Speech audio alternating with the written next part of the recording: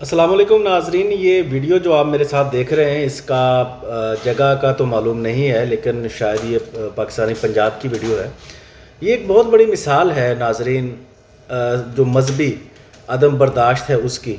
आप जिस तरह से देख सकते हैं कि कुछ लोग हैं गांव और देहात के, वो कुछ जो तबलीगी जमात वाले हैं उनका सामान मस्जिद से बाहर फेंक रहे हैं। ये एक बड़ा अफसोसनाक ये अमल है। ये ऐसा अक्सर गांव देहातों में, मैं ख़ुद भी चूँकि गांव देहात से रहने वाला हूं और अक्सर गांव देहातों में किसी न किसी में जाना होता है, तो वहाँ पे ये देखा है कि मसाजिद के बाहर लिखा होता है कि यहाँ पे फ़लाँ जमात का दाखिला ममनू है। तबलीगी जमात का, ख़ास तौर पे तबलीगी जमात को टारगेट किया जाता है कि उनका दाखिला ममनू है। ये बहुत ही अफसोसनाक अमर है, बहुत ही ज़्यादा।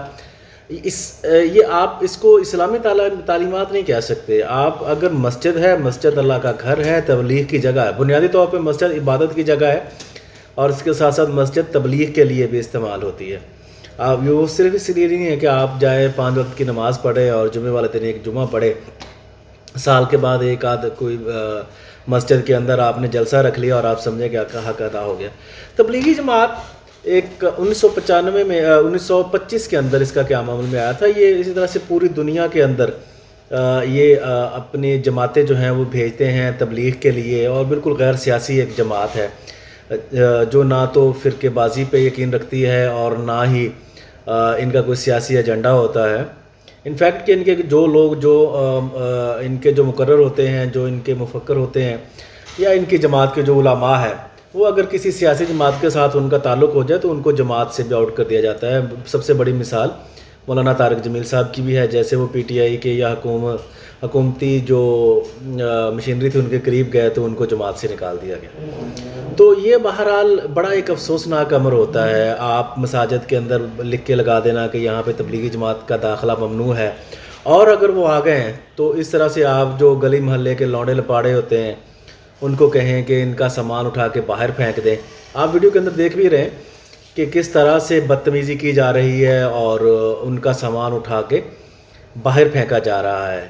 ये मजहबी अदम बर्दाश्त है जिसका खमियाजा हम पहले भी भुगत चुके हैं, अब भी भुगत रहे हैं। और ये शायद इस वजह से भी है कि जब हमने एक मौलवी जो आलम दीन होता है, जो इमाम होता है, उसको बतौर प्रोफेशन, मौलविज़म को बतौर प्रोफेशन चुन लिया। अब बतौर प्रोफेशन जब हम चुनेंगे तो उसमें साफ ज़ाहिर ला महल्ला हम इसमें बेईमानी भी करेंगे।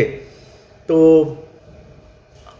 अनपढ़ किस्म के लोग और जिनका अक्ल के साथ कोई ताल्लुक़ नहीं होता, जब वो हमारी मस्जिदों के इमाम बन जाएंगे तो फिर ऐसे ही वो तबलीग करेंगे, लोगों को उभारेंगे, लोगों के जज्बात के साथ खेलेंगे, नौजवानों को वो उभारेंगे गलत काम के लिए। तो ये गलत काम ही है। अगर कोई आपकी मस्जिद के अंदर, आपकी मस्जिद कहना कि पता नहीं दुरुस्त होगा कि नहीं, चलें बहरहाल आपके मसलक की मस्जिद के अंदर कोई अगर आया, तबलीग के लिए आया है, तो बहरहाल उनके साथ ये रवैया तो मेरा ख़्याल है कि इंतहाई काबिल अफसोस है।